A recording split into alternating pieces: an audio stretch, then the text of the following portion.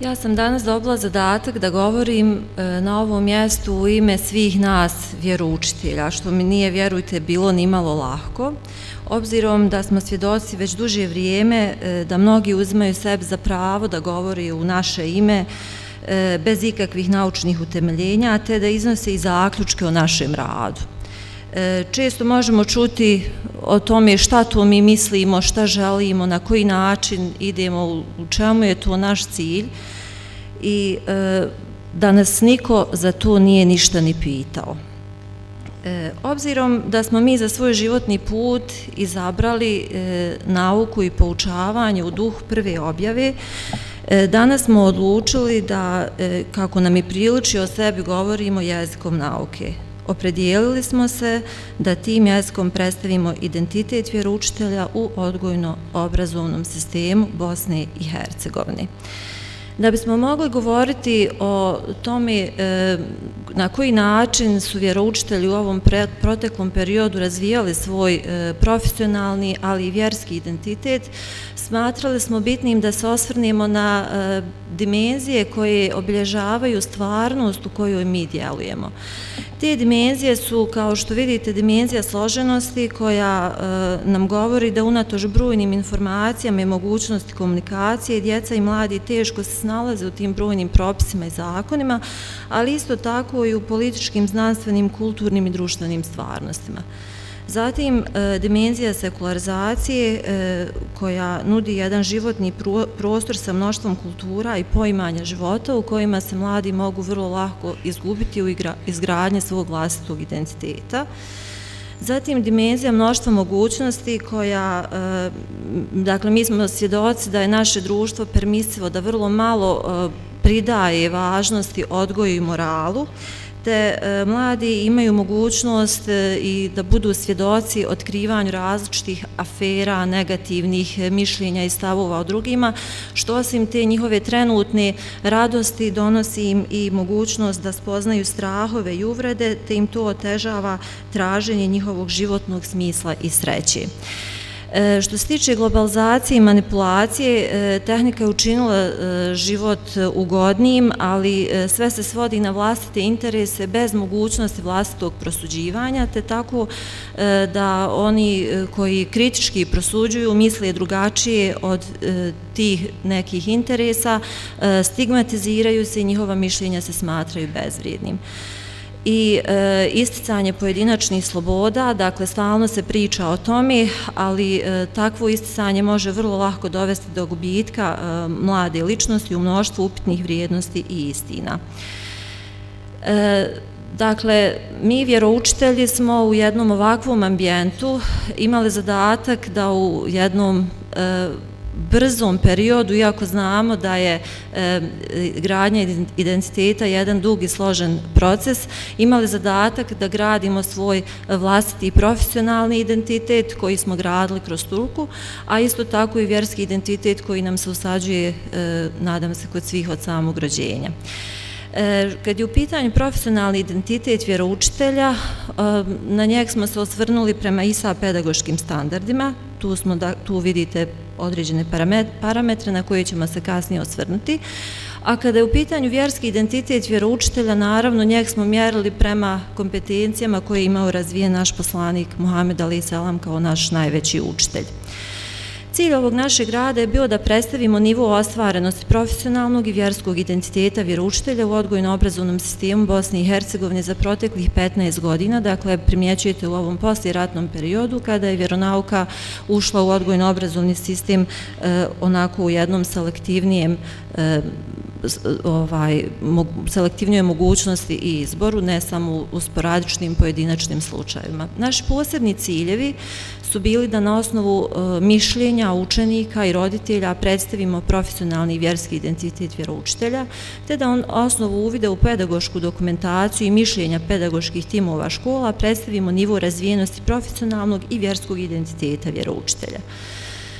Zadaci ovog našeg rada su bili da anketiramo učenike i roditelje, da analiziramo pedagošku dokumentaciju, intervjuiramo članove pedagoških timova škola u radu vjeroučitelja, dakle to su timovi koje sačinjavaju direktori, njihove zamjenici, pedagozi, psiholozi ili socijalni radnici i da analiziramo i prezentiramo naše dobijene rezultate. Hipoteza koju smo postavili na početku je bila da smo pretpostavili da će dobijeni rezultati pokazati uspješno ostvareni profesionalni vjerski identitet vjeroučitelja. Metode koje smo koristili su survey metod, intervju i analiza pedagoške dokumentacije. Tehnike i instrumenti su bile anketiranje i intervju, a uzorak koji smo uzeli je uzorak od 100 učenika i 100 roditelja, 20 škola, 15 osnovnih i 5 srednjih škola u Zeničko-Dobojskom kantonu. Naravno, onih učenika koji pohađaju vjeronauku i roditelja čija djeca pohađaju vjeronauku. Na osnovu provedenog istraživanja možemo pokazati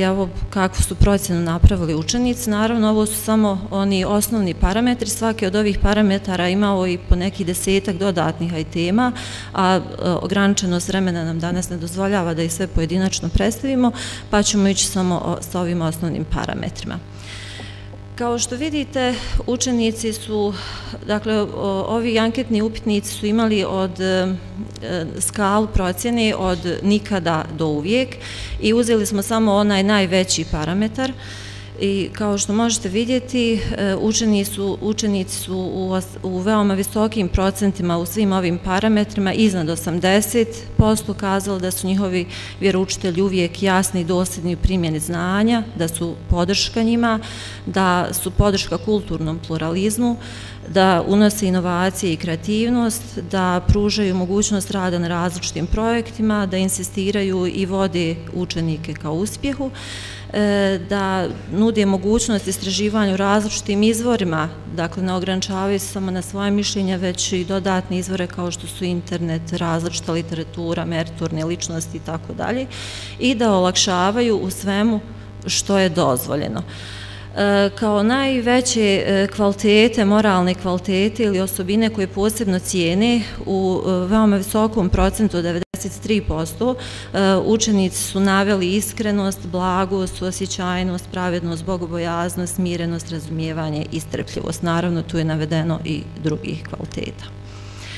Kada su u pitanju procjene roditelja, također možete vidjeti da imamo veoma visok procenat tog uvijek i od strane roditelja, iznad 80%, pa dakle vidimo da roditelji smatraju da vjeroučitelji njihove djece su uvijek jasni i dosljedni u prenošenju znanja,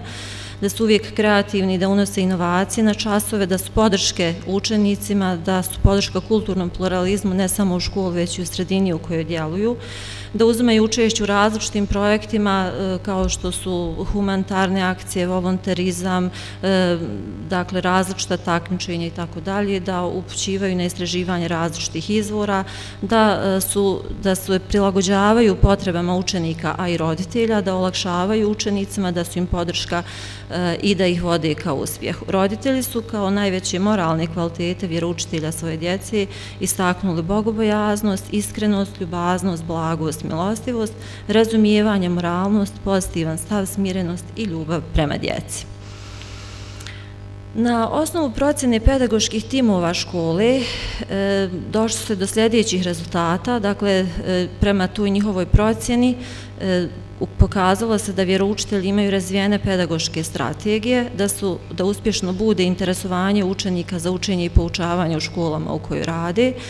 da im je razvijen kulturni pluralizam, da u nastavu uvode inovacije s puno kreativnosti, da su omiljeni među svojim učenicima, spremni za saradnju s kolegama iz drugih aktiva, da donose nove inicijative, da su spremni za učešće u različitim projektima, često i nosioci tih velikih značajnih projekata, te da su odgovorni, tačni, disciplinovani u radu i vođenju pedagoške dokumentacije. Tu se misli na pripreme, mjesečne i godišnje planove. Prema analizi same pedagoške dokumentacije došli smo do zaključka da čak 66% vjeroučitelja ima visoku stručnu spremu, iako je veći dio njih tih koji rade u osnovnim školama,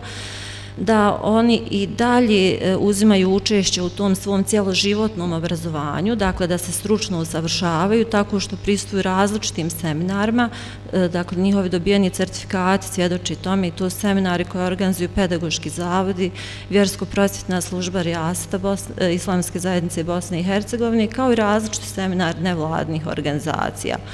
Zatim da pišu stručne teme kao dio stručnog usavršavanja, da održavaju jako uspješne ogledne sate koji su uglavnom ocjenjeni visokim ocjenama i da objavljuju radove,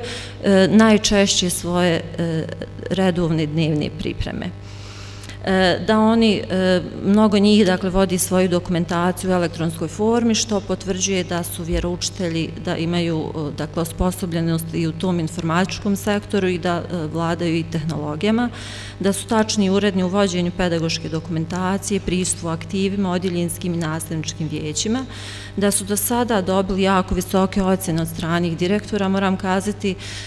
da većina vjeroučitelja koje sam posjetila do sada imaju onu najvišu ocjenu od direktora, naročito se ističe, i da vode različite van nastavne aktivnosti, ne samo one koje su vezane usko za predmet islamske vjeronauke, već su i van nastavne aktivnosti vezane za sport, humanitarni rad,